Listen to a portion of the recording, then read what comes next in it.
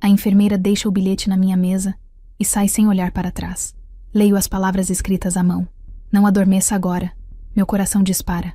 Não é uma recomendação médica. É um aviso. Fecho os olhos por um segundo. Respiro fundo e sei exatamente o que preciso fazer.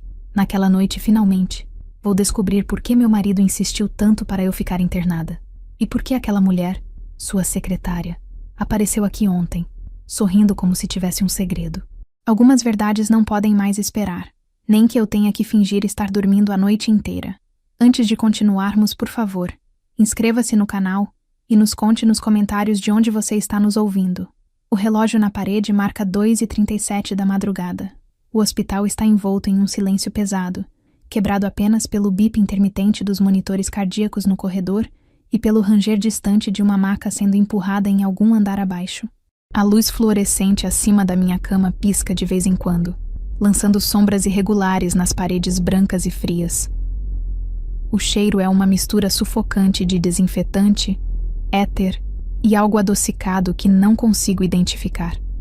Talvez seja o medo, ou a morte rondando silenciosamente pelos corredores. Estou deitada aqui há 3 dias. 3 dias que parecem 3 semanas. 3 dias desde que acordei no meio da noite em casa, com uma dor lancinante no peito, e meu marido, Marcelo, insistiu, quase implorou, para chamarmos a ambulância. Lembro do desespero nos olhos dele, da forma como segurou minha mão no caminho até aqui, repetindo: "Você vai ficar bem, Helena. Você vai ficar bem." Mas agora, olhando para esse bilhete amassado entre meus dedos trêmulos, começo a duvidar de tudo. Não adormeça agora. Por que uma enfermeira deixaria um recado assim? Por que não me acordar diretamente se fosse algo urgente? Por que escrever à mão com letra apressada, quase desesperada? Viro a cabeça devagar para a porta entreaberta do quarto. O corredor está vazio, iluminado apenas por aquela luz pálida e doentia que todo o hospital parece ter. Posso ouvir vozes abafadas vindo do posto de enfermagem. 2 mulheres conversando baixo, rindo de algo que não consigo entender. Uma delas é ela, a enfermeira que deixou o bilhete. Seu nome é Júlia. Li na identificação pendurada no uniforme branco impecável. Ela tem uns 30 e poucos anos, cabelos castanhos presos num coque apertado, olhos escuros que parecem guardar segredos demais para uma pessoa só.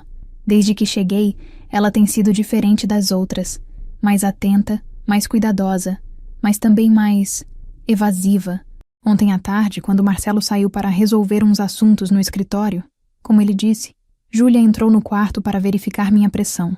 Enquanto ajustava o aparelho no meu braço, ela murmurou algo que não esqueci. A senhora precisa descansar, mas também precisa ficar atenta. Franzi a testa. Atenta a quê? Ela não respondeu.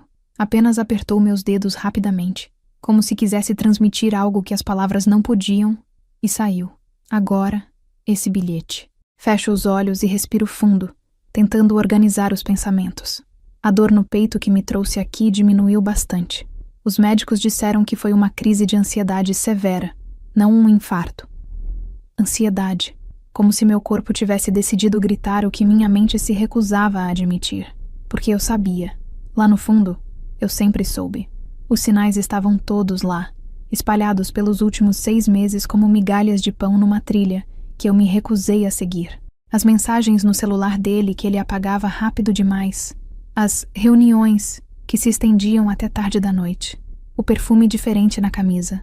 Suave, floral, definitivamente não meu. E principalmente, o jeito como ele parou de me olhar nos olhos. Quando você vive com alguém por 15 anos, aprende a ler os silêncios. E o silêncio de Marcelo se tornou ensurdecedor. Abro os olhos novamente e observo o teto manchado. Uma lágrima escorre pelo canto do meu olho, molhando o travesseiro fino e áspero. Não deveria estar chorando. Não agora. Preciso me manter lúcida, alerta. Não adormeça agora. Viro a cabeça para a mesinha ao lado da cama.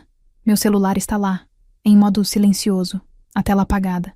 Marcelo ligou 3 vezes desde que saiu daqui às 6 da tarde. Não atendi nenhuma. Disse à enfermeira do turno anterior que estava com dor de cabeça e precisava de silêncio. Mentira. A verdade é que não conseguia ouvir a voz dele sem sentir uma náusea subindo pela garganta. Estico o braço, ainda conectado ao soro, e pego o celular. A tela acende mostrando as notificações. 3 ligações perdidas dele. 2 mensagens. Amor, está tudo bem? Por que não atende? Vou aí amanhã cedo.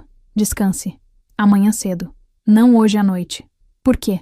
Bloqueio a tela e coloco o telefone de volta na mesa. Minha cabeça lateja. Fecho os olhos novamente, tentando afastar os pensamentos, mas eles voltam como ondas implacáveis. Ontem foi o dia em que tudo começou a fazer sentido. Eu estava aqui, sozinha. Marcelo tinha ido embora fazia umas 2 horas. Quando ouvi uma batida leve na porta, achei que fosse Júlia ou alguma outra enfermeira, mas não. Era ela, Camila, a secretária de Marcelo. Alta, loira, sempre impecavelmente vestida. Entrou no quarto com um sorriso que não chegava aos olhos, segurando um buquê de flores brancas. Lírios, minhas flores favoritas. Como ela sabia? Helena, disse ela, com aquela voz doce demais para ser sincera. Soube que você estava internada. Vim trazer umas flores e ver como você está. Sentei na cama, desconfortável. Camila e eu nunca fomos próximas. Na verdade, mal conversávamos. Ela era apenas a secretária eficiente que Marcelo sempre elogiava. Mas ali, parada na porta do meu quarto de hospital, havia algo diferente nela. Uma familiaridade, uma intimidade. Obrigada, murmurei, sem saber o que mais dizer. Ela colocou as flores no parapeito da janela e se virou para mim, cruzando os braços. Usava um vestido azul marinho justo, salto alto, maquiagem perfeita. Quem se arruma assim para visitar alguém no hospital? Marcelo está muito preocupado com você, disse ela, inclinando a cabeça. Ele mal consegue trabalhar. Algo na forma como ela disse, Marcelo? Não seu marido, não doutor Marcelo? Fez meu estômago revirar. Imagino, respondi seca. Ela sorriu. Um sorriso pequeno, quase imperceptível, mas que carregava algo que reconheci imediatamente. Posse. Bom, se precisar de qualquer coisa, é só me avisar. Eu e Marcelo, a gente trabalha muito próximo. Ele confia em mim, a gente. Ela saiu logo depois, mas aquele a gente ficou ecoando na minha cabeça como um alarme. E então, horas depois, Júlia deixou o bilhete. Não adormeça agora. Me levanto devagar da cama, sentindo a tontura tomar conta. O soro puxa meu braço, mas ignoro. Preciso me mover, pensar, entender. Caminho até a janela, apoiando-me na parede fria. Lá fora, São Paulo está adormecida sob um céu carregado de nuvens escuras. As luzes da Avenida Paulista piscam ao longe, indiferentes ao caos silencioso que acontece aqui dentro. Encosto a testa no vidro gelado. 15 anos de casamento. 15 anos de construir uma vida, uma casa, sonhos. E agora, isso. Fecho os olhos e respiro fundo.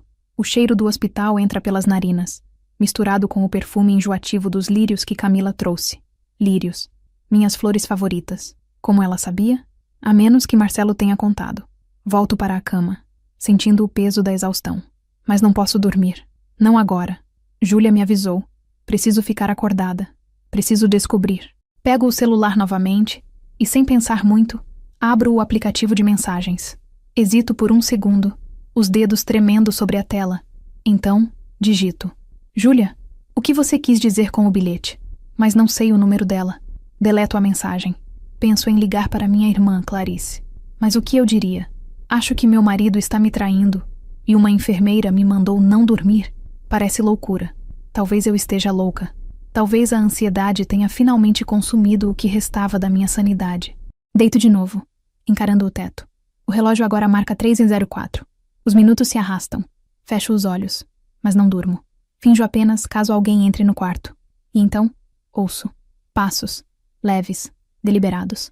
Abro os olhos devagar. Apenas uma fresta. E vejo a porta se abrindo. É Júlia. Ela entra em silêncio. Olha para os lados como se checasse se alguém está observando. E então se aproxima da minha cama. Helena. Sussurra ela, baixinho. Sei que está acordada. Finjo despertar aos poucos, piscando. Júlia, que horas são? Ela se inclina, os olhos fixos nos meus. Escuta, eu não deveria estar fazendo isso, mas você merece saber.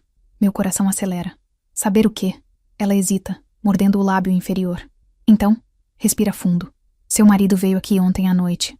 Depois que você dormiu, ele não estava sozinho. O mundo para. Como assim? Não estava sozinho. Ele trouxe aquela mulher. A loira. Eles conversaram com o Dr. Mendes, seu médico. Eu estava no posto. Fingi que não estava prestando atenção, mas ouvi tudo. Sinto a garganta fechar. O que eles disseram? Júlia olha para a porta novamente, nervosa. Eles estavam falando sobre você, sobre mantê-la internada por mais tempo. Seu marido disse que você estava muito instável, que precisava de acompanhamento psiquiátrico. Ele estava tentando convencer o médico a transferi-la para a ala psiquiátrica. Não, não, não, não. Isso não faz sentido, sussurro, sentindo as lágrimas queimarem nos olhos. Eu não estou louca. Eu tive uma crise de ansiedade, só isso. Eu sei, diz Júlia, colocando a mão sobre a minha.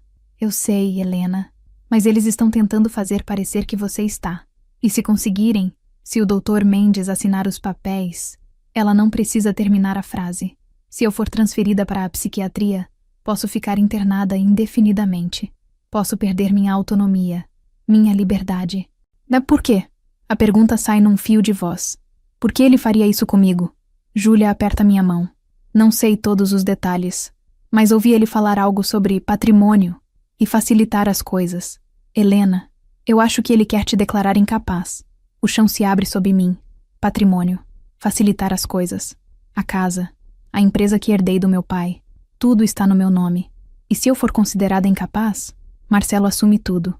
As lágrimas escorrem livremente agora, molhando o travesseiro. Júlia se inclina mais perto. A voz firme e baixa. Você precisa sair daqui. Amanhã de manhã, quando o Dr. Mendes vier, ele vai trazer os papéis. Se você assinar, acabou. Mas eu não vou assinar. Digo, a voz trêmula. Ele vai dizer que é apenas um formulário de consentimento para tratamento. Vai fazer parecer burocracia, mas não é. É uma declaração de incapacidade. Respiro com dificuldade, sentindo o pânico subir. O que eu faço? Júlia olha nos meus olhos, séria. Você sai daqui hoje. Agora. Antes que seja tarde demais. Mas como? Eu ajudo você. Tem uma saída dos fundos, perto da lavanderia. Ninguém vigia àquela hora. Você pega suas coisas e vai. Tem alguém que possa te buscar? Penso na minha irmã. Sim, Clarice. Então liga pra ela. Agora. Pego o celular com mãos trêmulas e disso o número de Clarice. Ela atende no terceiro toque, a voz sonolenta. Helena, são 3 da manhã. O que? Clarice, preciso que venha me buscar. Agora, no Hospital São Lucas. O quê? Por quê? O que aconteceu? Não posso explicar agora. Só, por favor, confie em mim. Silêncio. Então, estou indo. Desligo. Júlia já está me ajudando a tirar o acesso do soro. Vista isso, diz ela, entregando-me minhas roupas que estavam no armário.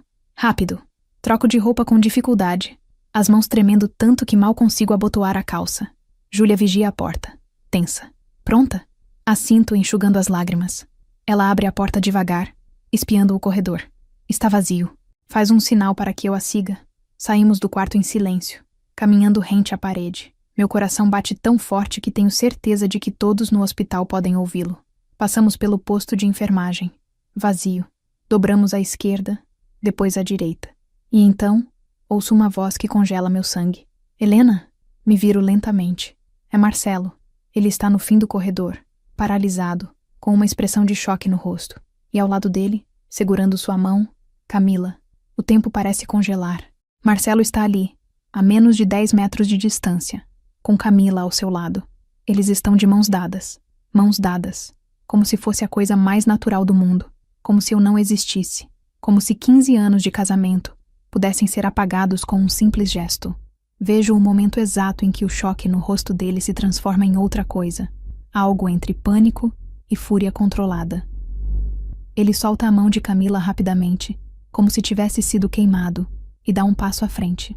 Helena, a voz dele sai rouca, tensa.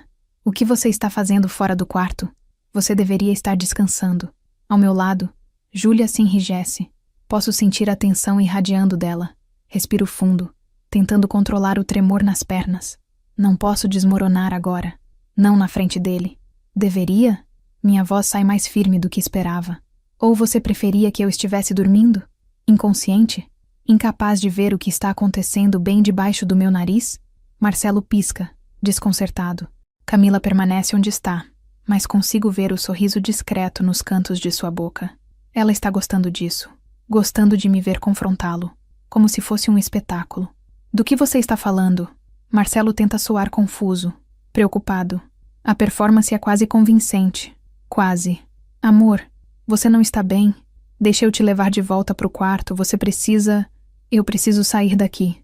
Interrompo, firme. Agora. Ele dá mais um passo, estendendo a mão como se fosse acalmar um animal assustado. Helena, por favor, você está confusa. É a medicação, a ansiedade. Você não está pensando com clareza. E ali está, a semente que ele vem plantando. Você não está pensando com clareza. Você está confusa. Você não está bem. Palavras que ele pode usar mais tarde. Palavras que um médico pode escrever num laudo. Eu estou pensando com mais clareza do que pensei nos últimos 6 meses. Digo, sentindo a raiva começar a ferver por baixo da dor. E sei exatamente o que você está tentando fazer. O rosto dele muda. A máscara de preocupação escorrega por um segundo, revelando algo mais sombrio por baixo. Júlia, ele diz, virando-se para a enfermeira ao meu lado, a voz subitamente cortante. O que você disse a ela? Júlia ergue o queixo, desafiadora. Eu disse a verdade. Algo que o senhor claramente não tem coragem de fazer. Marcelo aperta os punhos. Camila finalmente se move, colocando-se ao lado dele, tocando seu braço de forma possessiva. Marcelo, talvez seja melhor chamar a segurança. Ela sussurra, mais alto o suficiente para eu ouvir. Ela está claramente em surto. Pode ser perigosa. Perigosa. A palavra ecoa no corredor vazio como um tiro. É isso. É exatamente isso que eles querem. Uma cena. Um colapso. Algo que possam usar como prova de que sou instável. Forço-me a respirar lentamente. Não vou lhes dar essa satisfação. Não vou fazer nenhuma cena. Digo, olhando diretamente para Marcelo. Vou apenas sair.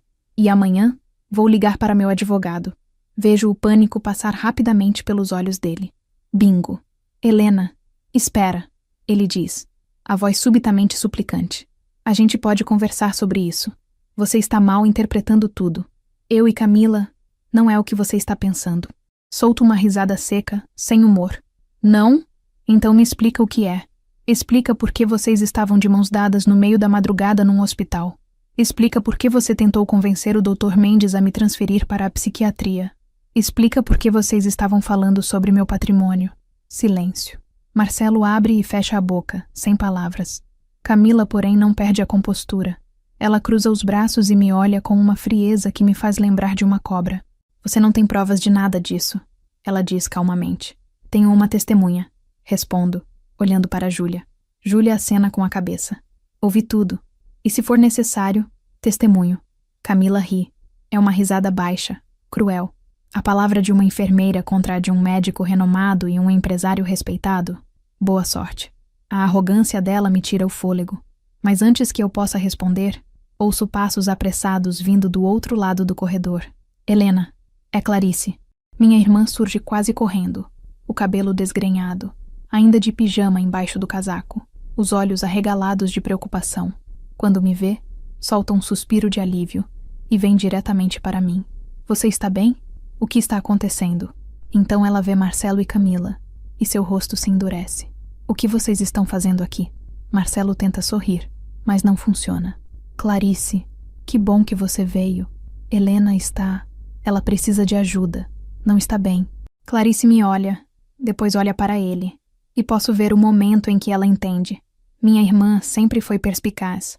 A única coisa que minha irmã precisa é sair daqui, ela diz, passando o braço em volta dos meus ombros. E é exatamente o que vamos fazer. Ela não pode sair. Marcelo diz, a voz ficando mais alta. Ela ainda está internada. Precisa de alta médica. Então providencie. Clarice responde seca. Ou ela sai assim mesmo.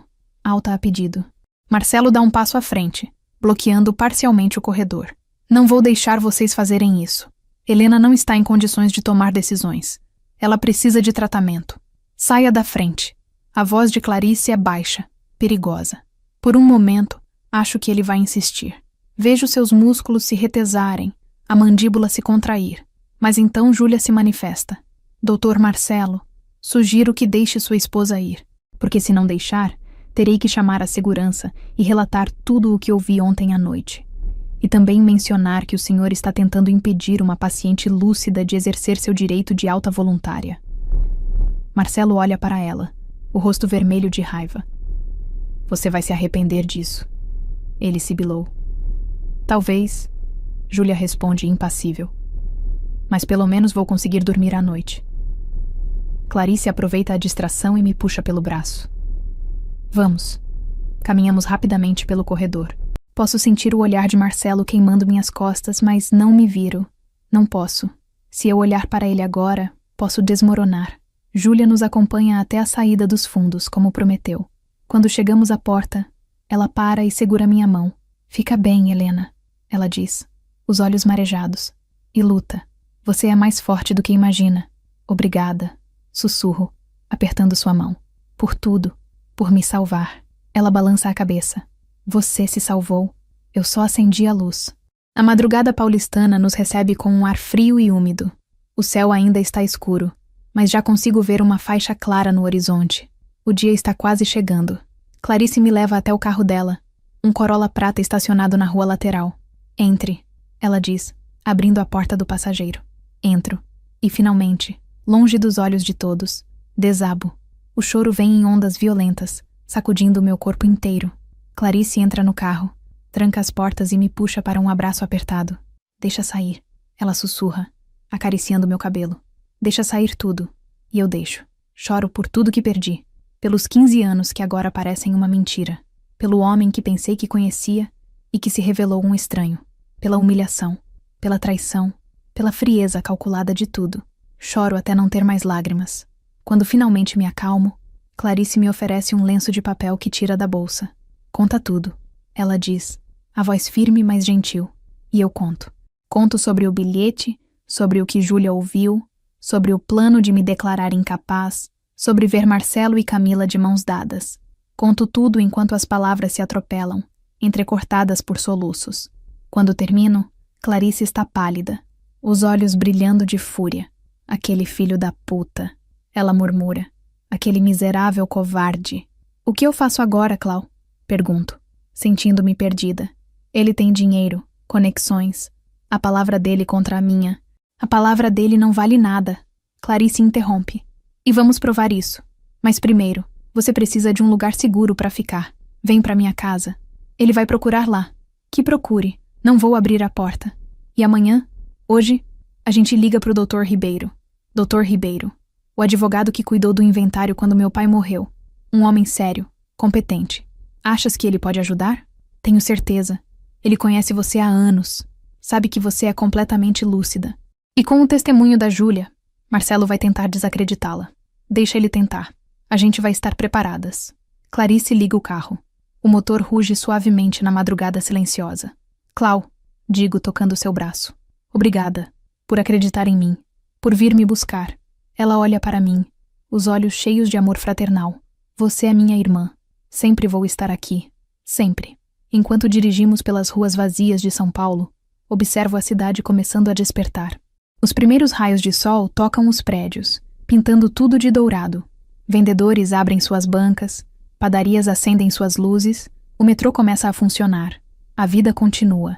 E a minha também vai continuar. Diferente. Quebrada. Mas minha. Chegamos ao apartamento de Clarice em Pinheiros meia hora depois. É um lugar pequeno, aconchegante, cheio de plantas e livros. Ela mora sozinha desde que se separou há 3 anos. Uma separação civilizada, sem dramas, sem mentiras. Tão diferente do pesadelo que estou vivendo. Toma um banho, veste algo meu e tenta descansar um pouco. Ela diz, preparando o café na cozinha. Daqui a algumas horas a gente liga pro Dr. Ribeiro. Obedeço como um autômato. O banho quente ajuda a relaxar os músculos tensos, mas não apaga a dor que pulsa no peito. Visto uma calça de moletom e uma camiseta de Clarice, roupas que cheiram a amaciante e segurança. Quando volto para a sala, ela está com 2 xícaras de café fumegante. Senta, ela diz indicando o sofá. Sento, segurando a xícara como se fosse uma âncora. Helena, Clarice diz, a voz séria. Preciso te perguntar uma coisa, e preciso que seja honesta comigo. Olho para ela, esperando. Você ainda o ama? A pergunta me pega desprevenida. Fico em silêncio, pensando. Amo o Marcelo? O homem que planejou me internar à força? O homem que traiu nosso casamento? O homem que estava disposto a me roubar tudo? Não sei. Admito, finalmente. Acho que amo a memória do que ele foi, ou do que pensei que ele era. Mas o homem que ele é agora, esse homem eu não conheço. E não amo esse estranho. Clarice acena satisfeita. Bom, porque você vai precisar de toda a sua força para lutar. E não pode haver espaço para sentimentalismo. Ela está certa. Eu sei que está. Bebemos o café em silêncio. Lá fora, o dia está completamente claro agora. São pouco mais de 6 da manhã. Pego meu celular, que Júlia teve a presença de espírito de me devolver, e vejo 17 ligações perdidas de Marcelo. 17. Também há mensagens. Muitas mensagens. Helena, por favor, atende. A gente precisa conversar. Você está me mal interpretando. Eu te amo. Você sabe que eu te amo. Não faz isso. Não destrói nossa família. Nossa família.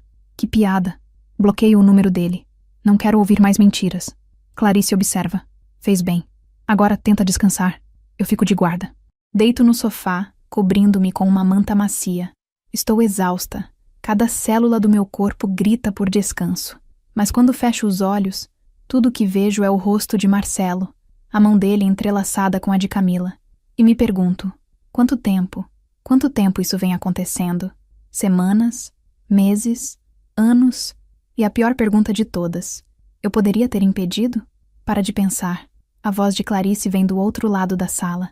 Consigo ouvir as engrenagens da tua cabeça daqui. Sorrio tristemente. Como você soube? Depois da sua separação, como soube que ia ficar bem? Silêncio.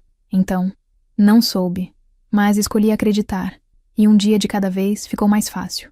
A dor não some, Helena, mas ela muda. Vira cicatriz. E cicatrizes a gente pode viver com elas. Suas palavras me confortam de um jeito estranho. Não há falsas promessas de que tudo ficará bem. Apenas a verdade crua. Vai doer, mas você vai sobreviver. Fecho os olhos novamente. E dessa vez, o sono finalmente vem. Mas antes de mergulhar completamente na inconsciência, ouço meu celular vibrar. Uma última mensagem. Não é de Marcelo. O número está bloqueado. É de um número desconhecido. Abro um olho e olho a tela. Você cometeu um erro, Helena. Um erro muito grande. E vai pagar por isso. Meu coração dispara. Mostro a mensagem para Clarice com as mãos tremendo. Ela lê, o rosto ficando cada vez mais sério. E então pega o celular da minha mão e tira um print da tela. Vamos precisar disso, ela diz, a voz controlada mais tensa. Ameaça por escrito. Isso pode ser usado como prova. Prova de quê? Pergunto, sentindo o medo apertar meu peito. Foi de um número desconhecido. Pode ser qualquer um. Qualquer um não, Helena. É ele. Ou ela. Ou os dois. Clarice bloqueia o número desconhecido também. Mas não vão nos intimidar. Não agora. Tento acreditar nela, mas a mensagem ecoa na minha cabeça. Vai pagar por isso. O que isso significa? O que eles são capazes de fazer? Clarice me cobre com a manta novamente. Agora descansa. De verdade.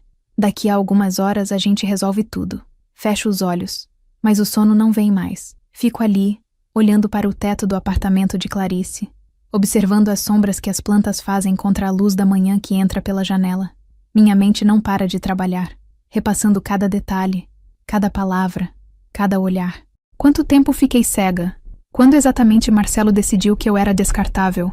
Deve ser por volta das 9 da manhã, quando ouço Clarice falando ao telefone na cozinha. Sua voz é baixa, profissional. Doutor Ribeiro, é Clarice Tavares. Desculpe ligar tão cedo, mas temos uma situação urgente. É sobre minha irmã, Helena. Levanto do sofá e vou até a cozinha. Clarice está apoiada no balcão, o celular pressionado contra o ouvido, fazendo anotações num bloco. Sim, ela está aqui comigo agora. Não, ela está bem. Fisicamente, pelo menos. Entendo. Pode ser às 11? Perfeito. Muito obrigada, doutor. Ela desliga e se vira para mim. Consegui um horário com ele. 11 horas no escritório dele. Assinto aliviada. Obrigada, Clau. Para de agradecer. Você faria o mesmo por mim. Ela pega a cafeteira. Agora toma um café direito e come alguma coisa. Precisa estar forte. Sento à mesa da cozinha enquanto ela prepara ovos mexidos e torradas. O cheiro da comida deveria me dar fome, mas meu estômago está embrulhado. Ainda assim, forço-me a comer. Clarice está certa. Preciso de energia. Estamos terminando o café quando a campainha toca. Congelamos. Você pediu alguma coisa? Sussurro. Clarice balança a cabeça negativo. Levanta devagar e vai até o interfone. Aperta o botão. Quem é? Sou Júlia, a enfermeira, do hospital. Olhamos uma para a outra, surpresas. Clarice me olha, pedindo confirmação. Aceno com a cabeça. Pode subir. Momentos depois, Júlia está na porta do apartamento. Ela parece cansada, ainda vestindo o uniforme do hospital, os olhos marcados por olheiras profundas. Desculpa aparecer assim, ela diz, olhando nervosa por cima do ombro antes de entrar. Mas precisava falar com você. Aconteceu alguma coisa? Pergunto, meu coração acelerando. Júlia fecha a porta e se encosta nela, como se precisasse de apoio. Depois que vocês saíram, o Dr. Marcelo ficou furioso. Ele tentou me fazer assinar um documento dizendo que eu havia mentido sobre o que ouvi. Quando recusei, ele me ameaçou. Disse que ia fazer com que eu perdesse minha licença de enfermagem. Clarice bufa, indignada. Ele não pode fazer isso. Pode tentar, Júlia responde, a voz cansada. E com as conexões que ele tem no hospital, ela olha para mim. Mas não vim aqui por causa disso. Vim porque descobri algo que você precisa saber. Sinto meu corpo ficar tenso.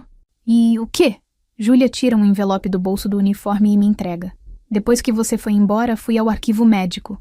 Tecnicamente não deveria ter acesso, mas... Enfim, consegui uma cópia do seu prontuário. Abro o envelope com dedos trêmulos. Dentro há várias folhas. Começo a ler. A primeira coisa que noto são as datas. As anotações começam não há 3 dias, mas há 3 meses. 3 meses? Murmuro, confusa. Mas eu só fui internada há 3 dias. Leia o resto, Júlia diz, a voz baixa. Continuo lendo. E o que vejo me faz gelar. São relatórios psiquiátricos, consultas que eu supostamente tive, diagnósticos que nunca recebi. Há descrições detalhadas de episódios de paranoia, alucinações, comportamento errático.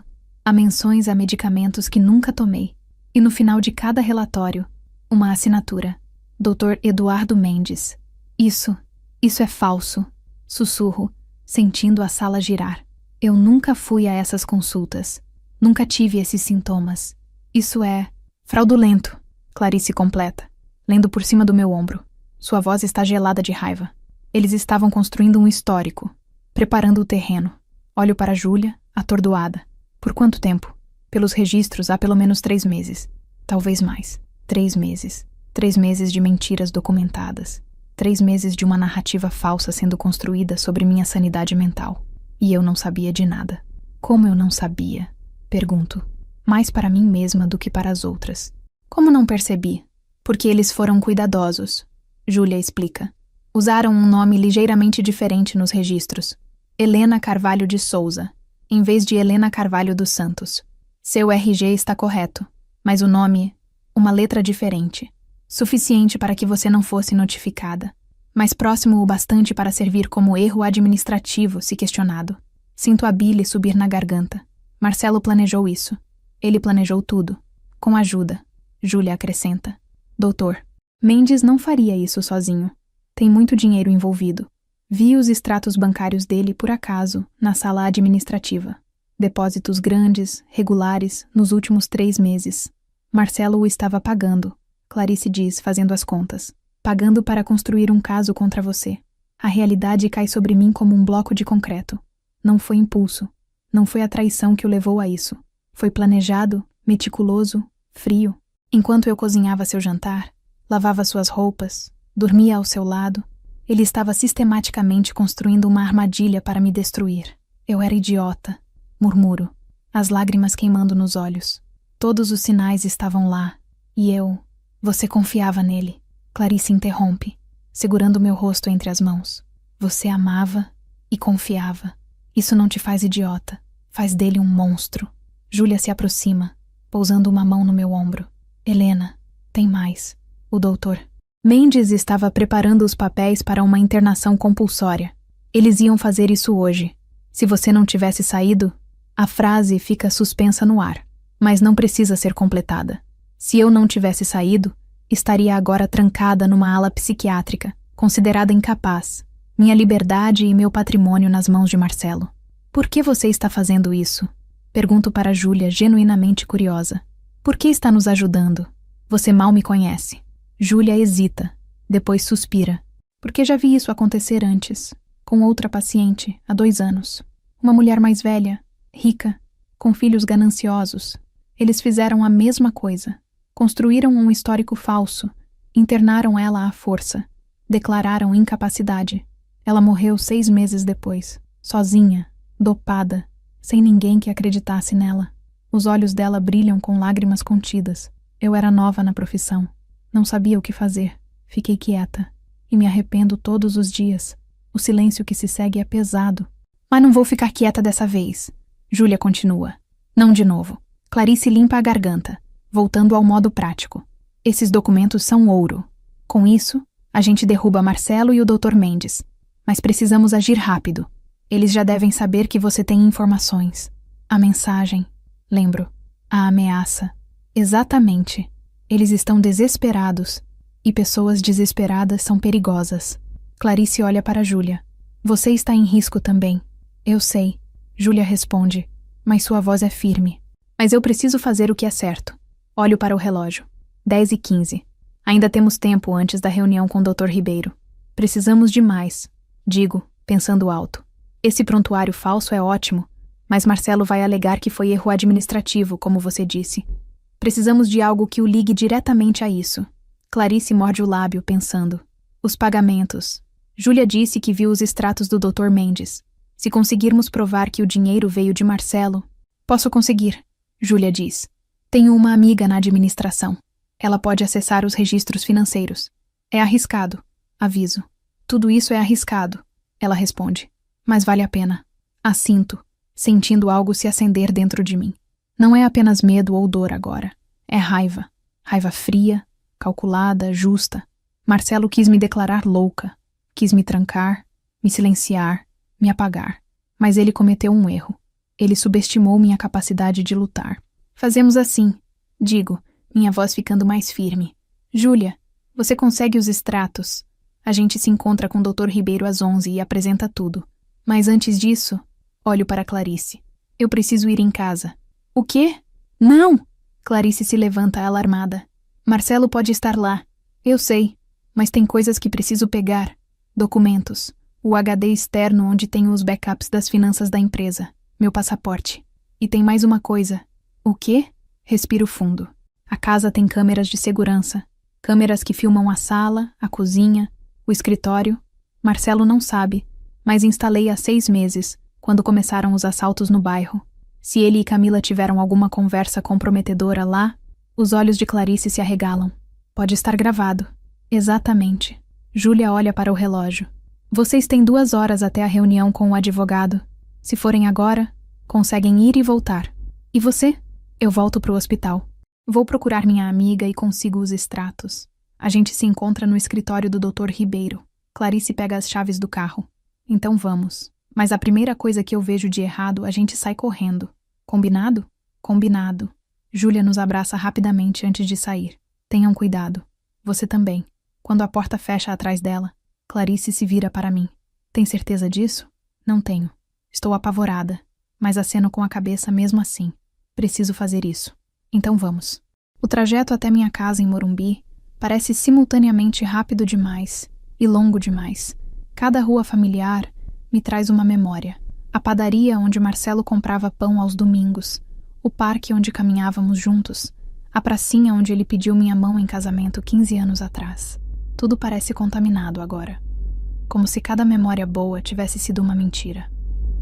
Quando chegamos à rua, Clarice estaciona 2 casas antes da minha. O carro dele está aí? Ela pergunta, espiando. Olho. A garagem está fechada, mas não vejo o BMW preto dele na rua. Não está. Isso não significa que ele não esteja lá. Eu sei. Saímos do carro e caminhamos até a casa. É uma construção moderna, toda de vidro e concreto, com um jardim impecável. Minha casa. Ou era. Uso minha chave para abrir o portão eletrônico. Ainda funciona. Pelo menos ele não mudou os códigos. E entramos pelo jardim. A casa está silenciosa. Silenciosa demais. Clarice segura meu braço, alerta. Avançamos até a porta da frente.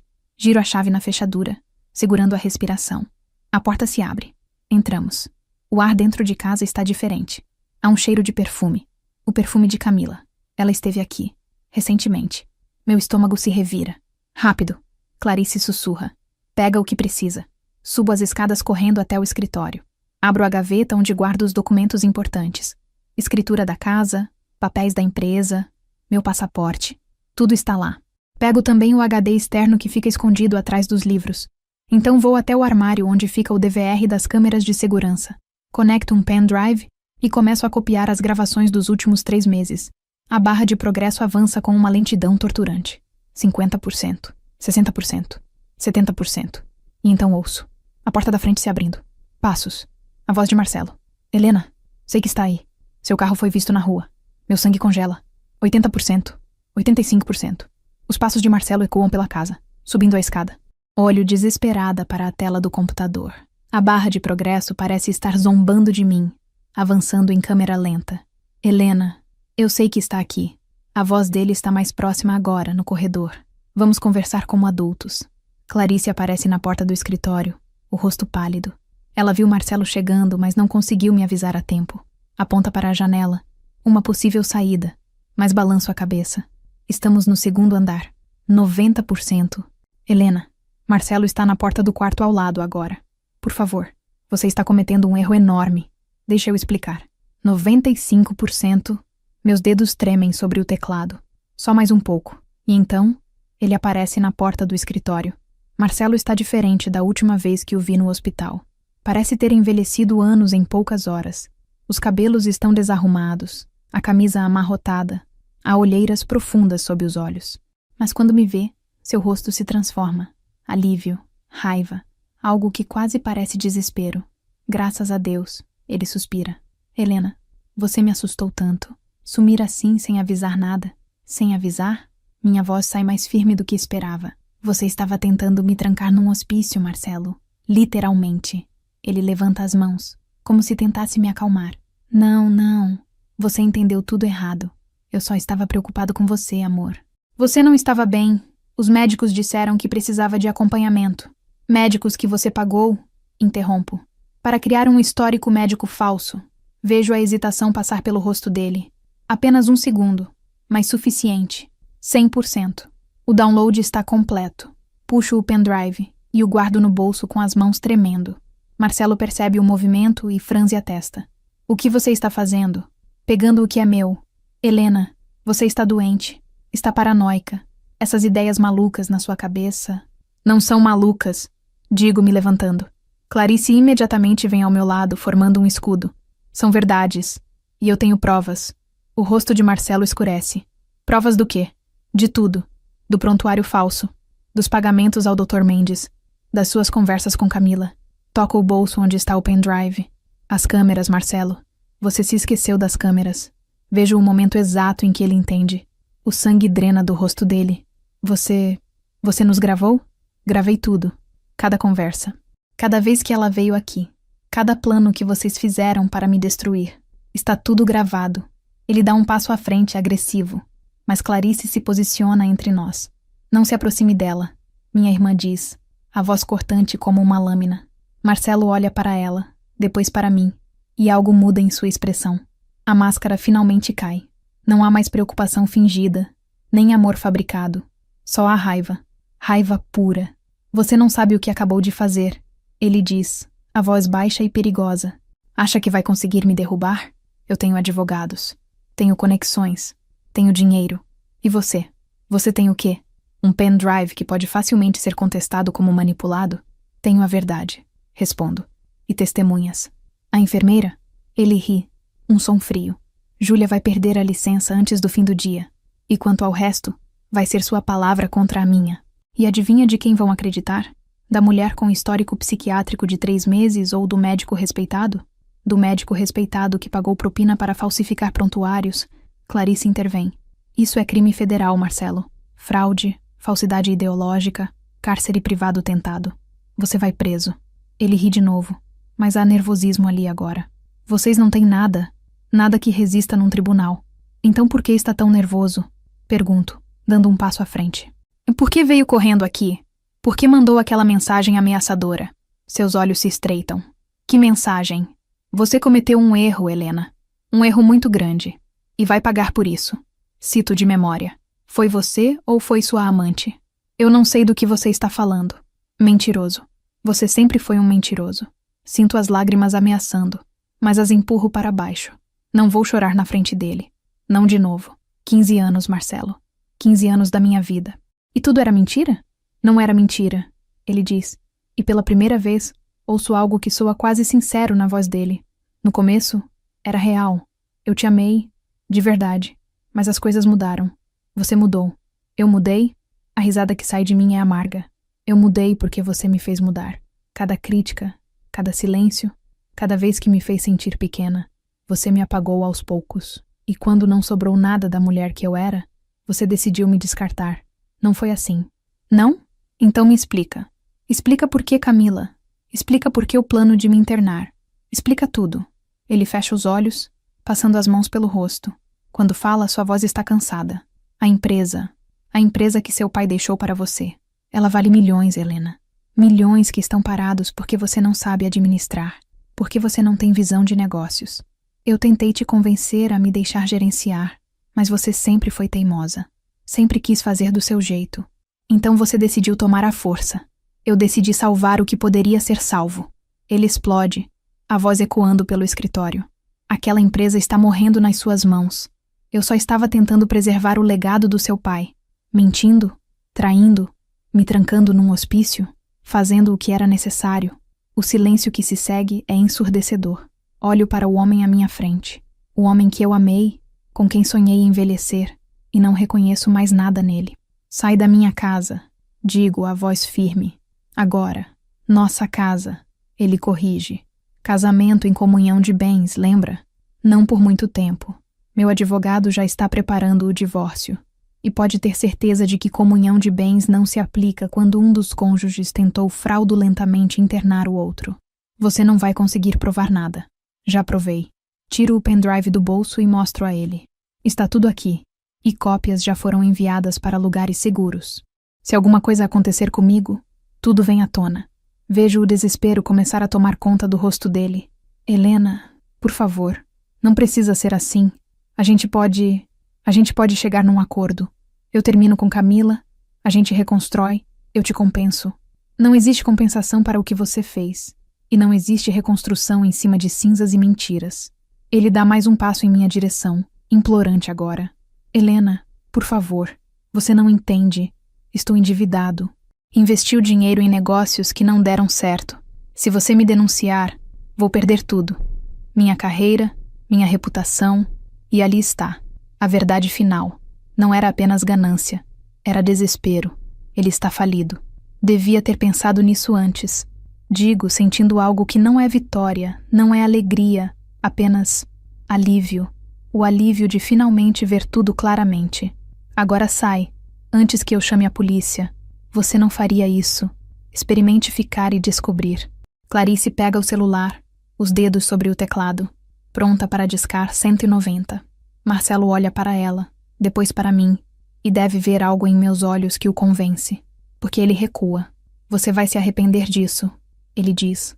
Mas a ameaça soa vazia agora. Vai se arrepender de ter me destruído. Eu não te destruí, Marcelo. Você fez isso sozinho. Ele vira e sai do escritório. Ouço seus passos descendo a escada, atravessando a sala, a porta batendo. E então, silêncio. Minhas pernas cedem e caio sentada na cadeira do escritório. Clarice imediatamente me abraça, e dessa vez deixo as lágrimas virem. Choro por tudo que perdi. Choro pela ilusão que se quebrou. Choro pela mulher que fui e pela que terei que me tornar. Mas também choro de alívio, porque estou livre. Uma hora depois, estamos no escritório do Dr. Ribeiro, na Avenida Brigadeiro Faria Lima. É um espaço elegante, com estantes de mogno cheias de livros jurídicos e uma vista para a cidade.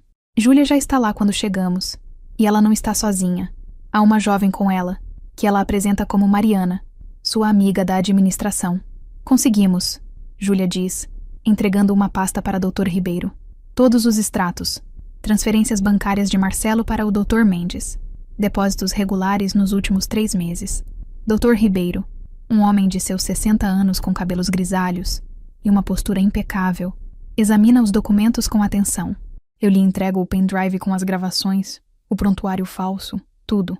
Ele leva quase meia hora analisando tudo. Então, finalmente, ele tira os óculos e olha para mim. Helena, isso é uma das fraudes mais elaboradas e cruéis que já vi em 30 anos de advocacia, mas também é uma das mais fáceis de provar. Com essas evidências, não só o divórcio será concedido imediatamente e em seus termos, como Marcelo e Dr. Mendes enfrentarão processo criminal. Estamos falando de anos de prisão. Quanto tempo? Pergunto. Com a gravidade dos crimes, 5 a 10 anos para cada um, possivelmente. E Marcelo perderá o direito a qualquer parte do seu patrimônio. Deveria sentir satisfação, talvez até alegria. Mas tudo o que sinto é um vazio estranho. E a empresa? A que meu pai deixou? Permanece totalmente sua, sem contestação possível. Assinto, processando. E Júlia? E Mariana? Elas arriscaram tudo para me ajudar. Dr. Ribeiro sorri. Bom, as ações delas, embora tecnicamente questionáveis, foram essenciais para expor um crime grave. Com o contexto correto, posso assegurar que não haverá consequências negativas para nenhuma delas. Pelo contrário, elas podem ser vistas como denunciantes de um esquema criminoso. Júlia solta um suspiro de alívio, e Mariana sorri pela primeira vez desde que chegou. O que acontece agora? Pergunto. Agora eu protocolo tudo, hoje mesmo, e solicito uma medida protetiva para você. Marcelo não poderá se aproximar. Enquanto isso, a polícia será notificada. Eles virão conversar com você, colher seu depoimento. Mas com essas provas, o caso é sólido. Quanto tempo até acabar? O processo criminal pode levar meses, até anos. Mas o divórcio? Com essas circunstâncias, posso ter uma liminar em dias. Você estará legalmente separada e protegida antes do fim da semana. É rápido demais e lento demais ao mesmo tempo. Obrigada, murmuro. Por tudo. Doutor. Ribeiro se levanta e aperta minha mão. Você foi muito corajosa, Helena. Não foi fácil chegar até aqui, mas você conseguiu. E vai superar isso. Saímos do escritório dele já com o sol começando a se pôr. São Paulo está em seu caos habitual da hora do rush. Carros buzinando, pessoas correndo, a vida seguindo seu curso frenético. Júlia me abraça antes de ir embora. Se precisar de qualquer coisa, ela diz, qualquer coisa mesmo, me liga. Vou ligar, prometo. E Júlia, obrigada, por ter acreditado em mim quando ninguém mais acreditaria. Você sempre soube a verdade, ela responde. Só precisava de alguém para confirmar que não estava louca. E você nunca esteve. Ela e Mariana vão embora juntas. Fico com Clarice na calçada, observando a cidade. E agora? Minha irmã pergunta, passando o braço pelos meus ombros. Agora, eu recomeço. De novo. Do zero. Não do zero. Você tem a empresa, tem a casa, tem a verdade. E tem a mim. Sorriu, apoiando minha cabeça em seu ombro. Tenho você. Sempre. Ficamos ali por mais alguns minutos, só observando. E então algo estranho acontece. Começo a rir. Baixinho primeiro, depois mais alto. Clarice me olha, preocupada. Você está bem? Estou, digo. E percebo que é verdade. Estou bem. Ou vou estar. Porque pela primeira vez em anos, sou livre. Livre dele. Livre das mentiras. Livre para ser quem eu realmente sou. Clarice sorri, os olhos brilhando.